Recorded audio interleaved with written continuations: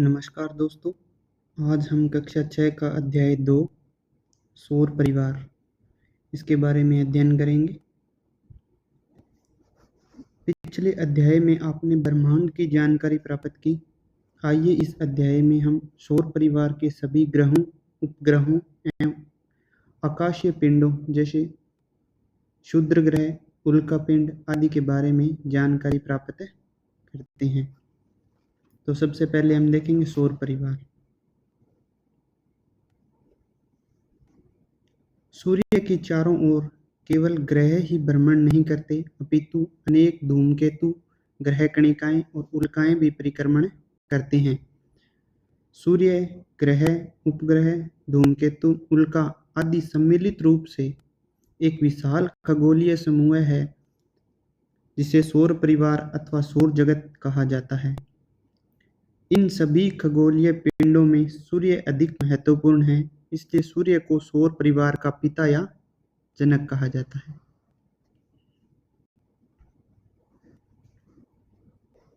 आगे देखते हैं ग्रह क्या होते हैं। सौरमंडल के सभी खगोलीय पिंड एक निश्चित पथ पर सूर्य का चक्कर लगाते हैं जिसे कक्ष कहा जाता है। इसके बारे में 1543 ईस्वी में सर्वप्रथम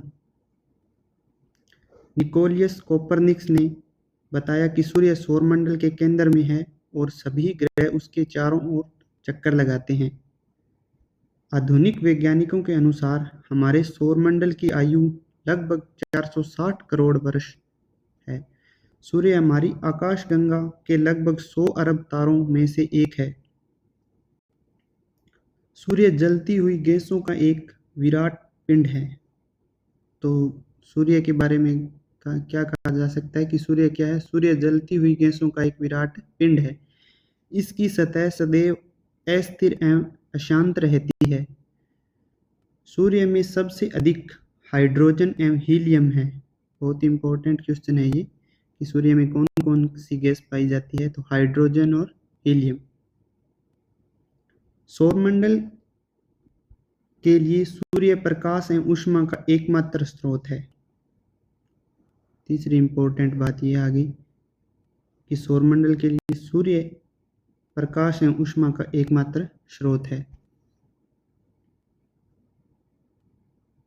इसका गुरुत्वाकर्षण सौरमंडल को बांधे रखता है।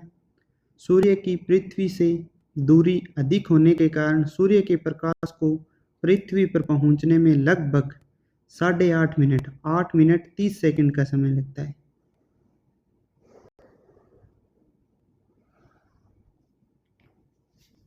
तो सूर्य के प्रकाश को पृथ्वी पर पहुंचने में लगभग 8.5 मिनट का समय लगता है। हमारे सौर परिवार में कुल 8 ग्रह हैं जो सूर्य के चारों ओर चक्कर लगाते हैं। सूर्य से विभिन्न दूरी पर स्थित इन ग्रहों का आपस में टकराना संभव नहीं है। इनका अपना प्रकाश नहीं है। ये सूर्य से ऊष्मा एवं प्रकाश प्राप्त करते हैं। तो कोई भी ग्रह उसका खुद का प्रकाश नहीं है। ये सभी ग्रह सूर्य से प्रकाश और ऊष्मा दोनों ही सूर्य से ही प्राप्त करते हैं। सूर्य से दूर जाने पर क्रमशः बुध, शुक्र, पृथ्वी, मंगल, बृहस्पति, शनि, अरुण, वरुण, ये सूर्य से दूरी के अनुसार ग्रहों का सही क्रम बताया गया है। सन 2006 तक प्लूटो को भी एक ग्रह माना जाता था, लेकिन नए प्रमाणों के आधार पर अंतर्राष्ट्रीय खगोलीय संगठन ने प्लूटो को बोनो ग्रह का दर्जा दिया है। सूर्य के पास स्थित बुध, शुक्र, पृथ्वी एवं मंगल को आंतरिक ग्रह या धरातलीय ग्रह भी कहा जाता है। तो एग्जाम में ये क्वेश्चन आता है कि आंतरिक ग्रह, निम्न में से आंतरिक ग्रह कौन सा है? तो 3 ये दे देते हैं, एक कोई अलग दे देता है। तो बुध, शुक्र, पृथ्वी एवं मंगल जो सूर्य के नजदीक है 4, उन्हें तो आंतरिक या धरातलीय ग्रह कहा जाता है और ये छोटे और अधिक घनत्व वाले हैं और चट्टानों से बने हैं। बाकी जो 4 बच गए जैसे बृहस्पति, शनि, अरुण और वरुण, ग्रह आकार में बड़े एवं कम घनत्व वाले हैं। इन्हें बाह्य या गैसीय ग्रह भी कहा जाता है।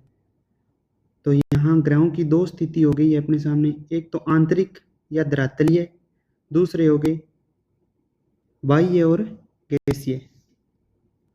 जो आंतरिक है उनका घनत्व अधिक होता है और जो बाह्य ग्रह है उनका घनत्व कम होता है, आकार में ये बड़े होते हैं। तो यहाँ डायग्राम में दिखाया गया है सूर्य से दूरी के अनुसार इन ग्रहों को अलग अलग बताया गया है। तो सबसे पहले आता है बुध, उसके बाद शुक्र, फिर पृथ्वी, फिर मंगल। और मंगल और बृहस्पति के बीच में क्षुद्र ग्रह क्षेत्र है। तो ये भी बहुत इंपॉर्टेंट क्वेश्चन है कि क्षुद्र ग्रह किन दो ग्रहों के बीच पाए जाते हैं। तो मंगल और बृहस्पति के बीच क्षुद्र ग्रह पाए जाते हैं। तो ये पहले चार बुध, शुक्र, पृथ्वी और मंगल, ये तो आगे आंतरिक। और जो आगे जो बड़े ग्रह बच गए चारों, ये आगे बाह्य। एक धूमकेतु इनके अंदर अलग से है। ये धूमकेतु कौन से ग्रह के साथ दिखाई देता है? तो ये शनि ग्रह पे दिखाई देता है। एक पूंछ जैसी आकृति बनती है इसमें, तो ये शनि ग्रह के पास है, इसको भी याद रखना है।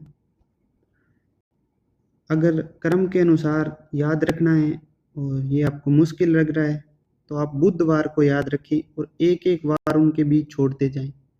बुध, उसके बाद बृहस्पतिवार को छोड़ दें, शुक्रवार, फिर शनिवार को छोड़ दें, मंगलवार मतलब शनिवार के बाद रविवार और उसके बाद सोमवार के बाद मंगलवार। तो 3 तो ये वार के ऊपर ही आ गए, बुध, शुक्र और मंगल। बीच में रह गया पृथ्वी को रविवार के हिसाब से अपने पृथ्वी को याद कर लेंगे। बुध, शुक्र, पृथ्वी और मंगल। बाकी जो 4 बच गए वो आगे और इसी क्रम में उनको भी याद कर लेंगे। बुध, शुक्र, पृथ्वी, मंगल, बृहस्पति, शनि, अरुण, वरुण। अब ग्रहों की प्रमुख विशेषता बताई गई है। आंतरिक ग्रह और बाह्य ग्रह, इनको अलग अलग तरीके से डिवाइड किया गया। तो सबसे पहले हम आंतरिक ग्रहों को देखते हैं। उनमें पहला है बुध। सूर्य की एक परिक्रमा लगभग ये 88 दिन में पूरी करता है। अपने अक्ष पर घूर्णन ये 59 दिन में पूरा करता है। और बुध ग्रह का कोई भी उपग्रह नहीं है। 2 नंबर पे आता है शुक्र।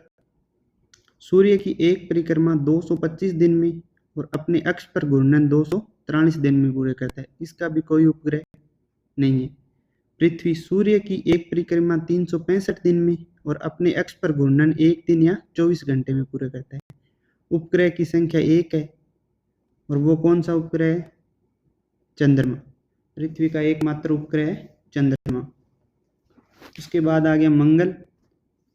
सूर्य की एक परिक्रमा 687 दिन में पूरा करता है और अपने अक्ष पर घूर्णन 1 दिन में पूरा करता है। और मंगल के आगे 2 उपग्रह भी देखने को मिलते हैं। इसके बाद हम बात करते हैं बाह्य ग्रहों की। तो इनमें सबसे बड़ा ग्रह, सभी ग्रहों में सबसे बड़ा ग्रह है बृहस्पति। तब हम बृहस्पति की बात करते हैं। सूर्य की एक परिक्रमा 11 वर्ष और 11 महीने में पूरी करता है और अपने अक्ष पर घूर्णन ये 9 घंटे और 56 मिनट में पूरा कर लेता है। उपग्रह की संख्या देखें तो लगभग इसके 16 उपग्रह हैं। इसके बाद 2 नंबर पे आता है शनि। सूर्य की एक परिक्रमा ये 29 वर्ष और 5 माह है, लगभग 29.5 वर्ष में पूरी करता है और अपने अक्ष पर घूर्णन 10 घंटे 40 मिनट में पूरी करता है और इसके उपग्रहों की संख्या है 18। फिर आता है अरुण। सूर्य की एक परिक्रमा पूरे करने में इसको 84 वर्ष लग जाते हैं और अपने अक्ष पर घूर्णन 17 घंटे 14 मिनट में पूरे करता है। उपग्रहों की संख्या है इसमें लगभग 17। फिर देखते हैं अपने वरुण। सूर्य की एक परिक्रमा लगभग 164 वर्ष में पूर्ण करता है और अपने अक्ष पर घूर्णन 16 घंटे 7 मिनट में पूरा करता है। उपग्रहों की संख्या इसमें है 8। तो इस प्रकार देखा जाए तो सबसे ज़्यादा समय लेने वाला वरुण है, उसके बाद अरुण, उसके बाद शनि, फिर बृहस्पति, फिर मंगल, फिर पृथ्वी, उसके बाद सूर्य की परिक्रमा करने में उसके बाद लेता है शुक्र और उसके बाद बुध।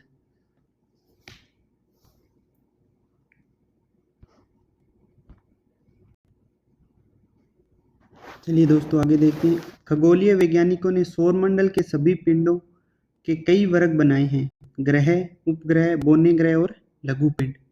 उपग्रह ऐसे आकाशीय पिंड को कहते हैं जो किसी ग्रह के चारों ओर चक्कर लगाता है। ऐसा पिंड जो सूर्य की परिक्रमा करता है और दूसरे पिंड का रास्ता भी काटता है बौना ग्रह कहलाता है। जैसे अपनों ने देखा था ना कि प्लूटो को बौना ग्रह उसको घोषित कर दिया था, तो यही कारण था कि वो दूसरे किसी का रास्ता काटता था। प्लूटो, एरिस, सेरिस आदि बौने ग्रह के उदाहरण हैं। सूर्य की परिक्रमा करने वाले सौरमंडल के बाकी सभी छोटे छोटे पिंड जैसे क्षुद्र ग्रह, उल्का पिंड और वरुण के पार पाए जाने वाले अनजाने पिंड तथा सौरमंडल में आने वाले धूमकेतु आदि को लघु पिंड कहा जाता है। तो लघु पिंड किसे कहा जाता है? तो उसका सीधा सीधा उत्तर है अपने पास कि क्षुद्र ग्रह, उल्का पिंड और वरुण के पार जाने वाले अनजाने पिंड तथा सौरमंडल में आने वाले धूमकेतु आदि को लघु पिंड कहा जाता है। तो इसके बाद देखते हैं तो पृथ्वी और इसके परिमंडल।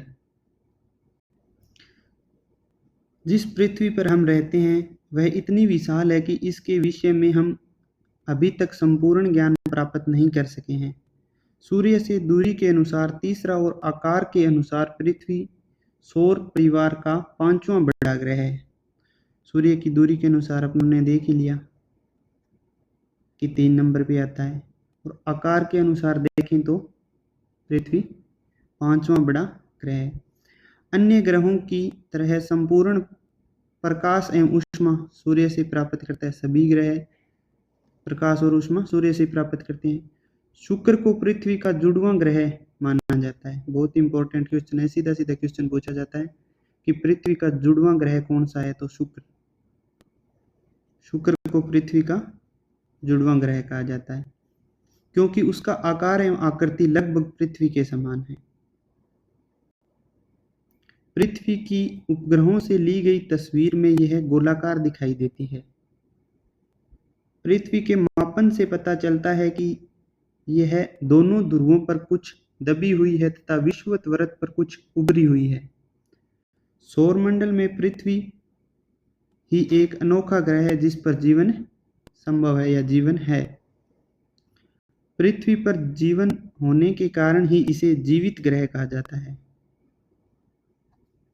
सूर्य के निकटवर्ती ग्रह अधिक गर्म और दूर स्थित ग्रह अत्यधिक ठंडे हैं, इसलिए वहां जीवन संभव नहीं है। पृथ्वी का औसत तापमान 15 डिग्री सेंटीग्रेड है। ये बहुत इंपॉर्टेंट क्वेश्चन बन जाता है यहाँ पे कि पृथ्वी का औसत तापमान कितना है। तो पृथ्वी का औसत तापमान 15 डिग्री सेंटीग्रेड है जो जीवन के लिए आदर्श है। यह तापमान वायुमंडल के कारण बना रहता है। यह पर्यावरण के 3 प्रमुख घटक या परिमंडल आपस में मिलते हैं और एक दूसरे को प्रभावित करते हैं। पृथ्वी की ऊपरी ठोस परत जिस पर हम रहते हैं उसे स्थलमंडल या भूमंडल कहते हैं। स्थलमंडल पर मिट्टी पाई जाती है जिससे किसी न किसी रूप में सभी जीवों को भोजन प्राप्त होता है। स्थलमंडल से ही विभिन्न प्रकार के खनिज मिलते हैं जो जीवन निर्वाह के लिए महत्वपूर्ण है। पृथ्वी के चारों ओर जो गैसों का आवरण है उसे वायुमंडल कहा जाता है। ये बात हमने कल भी पढ़ ली थी, ये आज दोबारा आ गई है। इसको थोड़ा ध्यान से देखें कि इसमें कौन कौन सी गैस पाई जाती है। Nitrogen, oxygen, organ, carbon dioxide आदि वायुमंडल में पाई जाने वाली प्रमुख गैसें हैं। ऑक्सीजन एक जीवनदायिनी गैस है जिसे सभी जीव श्वसन क्रिया में लेते हैं। जल जो जीवन के लिए सबसे आवश्यक तत्व है पृथ्वी के लगभग 71% भाग पर है। तो पृथ्वी के लगभग 71% भूभाग पर जल पाया जाता है। इसे ही जलमंडल कहा जाता है। पृथ्वी को जल ग्रह या नीला ग्रह भी कहा जाता है।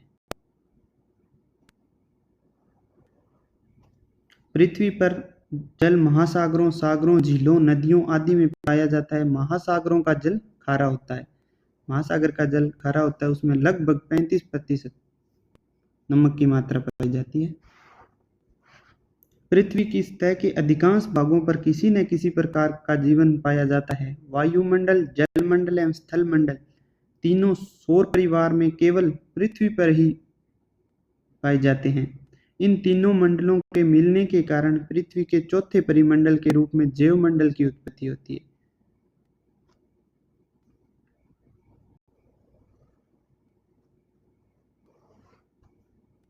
जहाँ जीव जंतुओं का अस्तित्व पाया जाता है।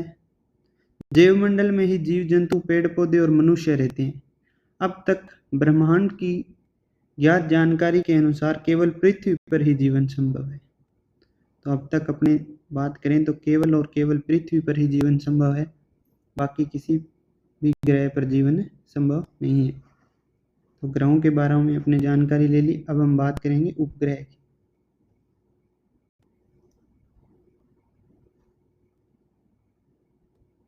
जिस तरह ग्रह पृथ्वी की परिक्रमा करते हैं, ठीक वैसे ही ग्रहों की परिक्रमा करने वाले छोटे आकाशीय पिंडों को उपग्रह कहा जाता है। पृथ्वी का केवल एक ही उपग्रह चंद्रमा है,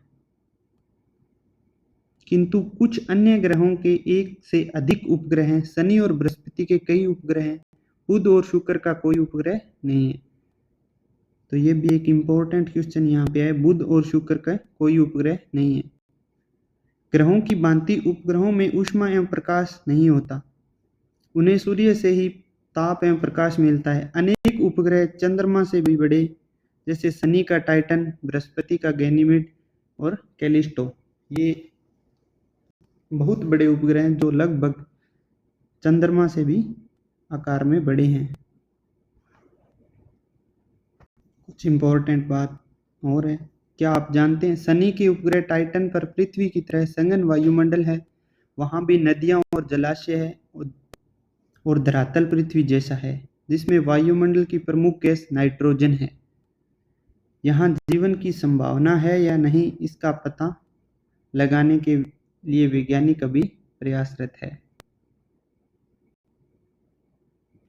तो ये तो हमने पीछे डायग्राम देखा ही था, जिसमें सूर्य से दूरी के अनुसार अलग अलग ग्रह दर्शाए गए हैं। तो यहाँ पे सबसे पहले अपने देखते हैं बुध और शुक्र को। बुध और शुक्र, इनका दोनों का कोई भी उपग्रह नहीं है। फिर आता है पृथ्वी। पृथ्वी का एक उपग्रह है केवल, वो है चंद्रमा। मंगल के दो है, फोबोस और डीमोस। और मंगल और बृहस्पति के बीच में आते हैं क्षुद्र ग्रह। उनमें कौन कौन से हैं? Ceres, Pallas, Juno, Vesta. फिर बृहस्पति के कुछ उपग्रह हैं, शनि के उपग्रह, अरुण के उपग्रह और वरुण के उपग्रह दिखाए गए। चलिए आगे देखते हैं, चंद्रमा के बारे में अध्ययन करते हैं अपने। पृथ्वी का सबसे नजदीक गोलाकार आकाशीय पिंड चंद्रमा है। अगर पूछा जाए कि पृथ्वी के सबसे नजदीक गोलाकार आकाशीय पिंड कौन सा है, तो चंद्रमा है। आधुनिक खगोल शास्त्रियों के अनुसार वहां जल एवं वायु का अभाव है, इसलिए वहां जीवन संभव नहीं है। हमारी पृथ्वी के धरातल एवं चंद्रमा के धरातल में कुछ समानताएं हैं। चंद्रमा का धरातल पृथ्वी के धरातल की तरह ही उबड़ खाबड़ है। चंद्रमा की तुलना में पृथ्वी लगभग 81 गुना बड़ी है। तो चंद्रमा की तुलना में पृथ्वी कितनी बड़ी है? तो पृथ्वी लगभग 81 गुना बड़ी है।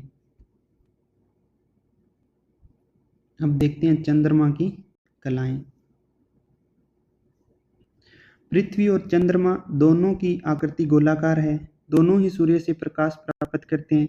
इस कारण दोनों के आधे भाग पर प्रकाश रहता है और आधे भाग पर अंधेरा। सूर्य से प्राप्त प्रकाश की किरणें चंद्रमा से परावर्तित होकर पृथ्वी पर आती है, उसे हम चांदनी कहते हैं। महीने में एक बार ही चंद्रमा का पूर्ण प्रकाशित भाग पृथ्वी के सामने आता है।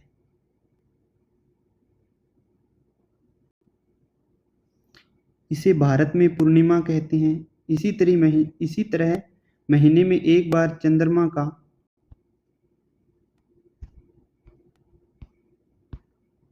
अप्रकाशित भाग पृथ्वी के सामने होता है उसे अमावस्या कहते हैं। पूर्णिमा से अमावस्या तक चंद्रमा का यह प्रकाशित भाग घटता जाता है एवं अमावस्या से पूर्णिमा तक यह बढ़ता जाता है।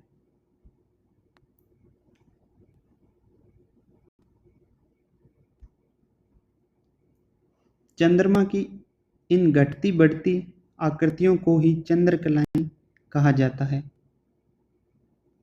भारत में बढ़ते चांद के पखवाड़े को शुक्ल पक्ष एवं घटते चांद के पखवाड़े को कृष्ण पक्ष कहते हैं।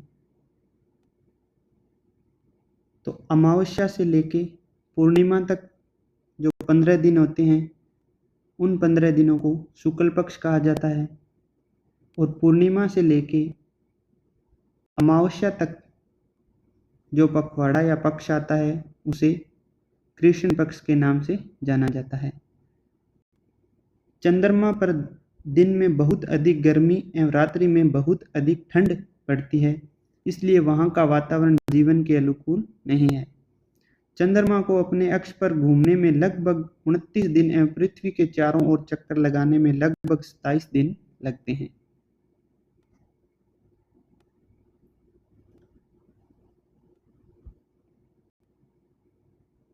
तो आगे देखते हैं क्षुद्र ग्रह।